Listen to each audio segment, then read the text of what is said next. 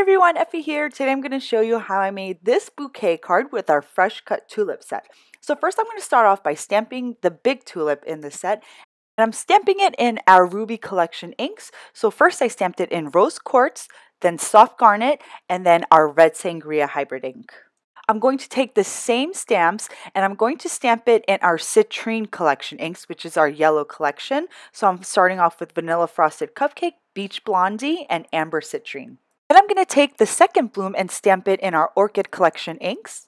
After the florals are stamped, I'm going to start stamping the greenery. So I'm going to stamp them in our Crystal Garden Collection inks, and I'm stamping the 2 leaves, and then I'm going to stamp 3 stems. After I finish stamping everything out, I'm going to fussy cut everything. I promise that dies for these tulips will be released soon. So I'm going to fussy cut everything to prepare my bouquet.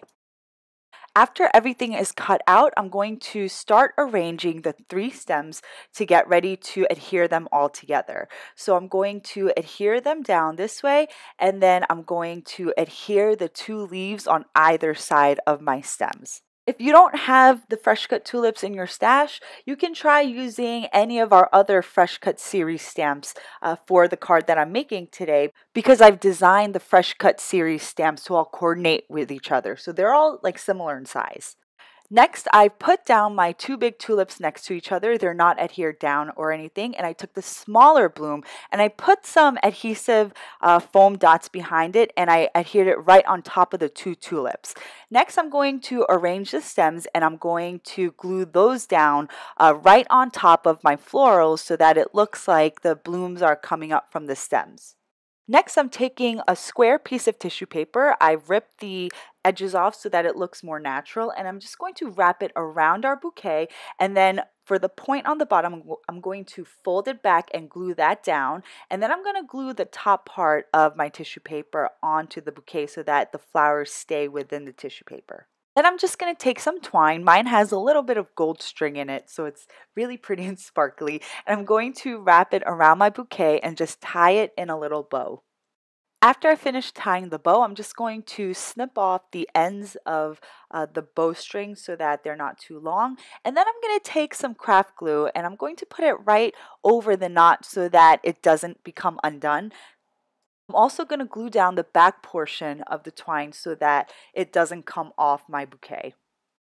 Next, I'm going to take a side folding A2 size card base, and I've already prepped this one with some anti-static powder tool because I'm going to emboss this background stamp onto the card base. So I'm just inking up the background stamp really well with some embossing ink. I'm using Versamark ink, and I'm just going to lay my card base right over the background stamp, and I'm going to put some even and firm pressure all over the base. And then I'm going to emboss the base with some gold embossing powder. I'm just spooning on the embossing powder over the entire card base, and then I'm going to take my heat tool and just melt all of that embossing powder. You want to make sure you heat your gun about 10 to 15 seconds before applying it onto your card base or card panel to prevent or minimize your warping. I just love the look of this background stamp, and it's going to create a really nice backdrop for our bouquet today. Now I'm just going to take the 3rd largest die in our double stitch rectangles die set, and I'm just going to die cut a piece of black cardstock using this die.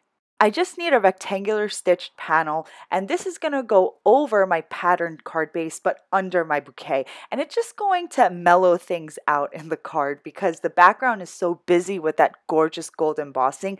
I need something to tone down all of that gold goodness. After I adhere the die cut rectangle panel onto the base, I'm just going to use our basic labels and family labels, and I'm going to stamp out my sentiment on a separate piece of card panel. And I stamped out the sentiment, and it's going to say "To a Wonderful Grandmother." And I stamped the sentiment in our crisp black Noir Dye ink. So after I finish fussy cutting the sentiment labels, I'm going to put some dimensional foam dots behind my florals, and I'm putting some craft glue on the bottom of my bouquet. The reason why I put the foam dots on the florals was because I wanted the top portion of my bouquet to be popped up just a little bit off my card panel.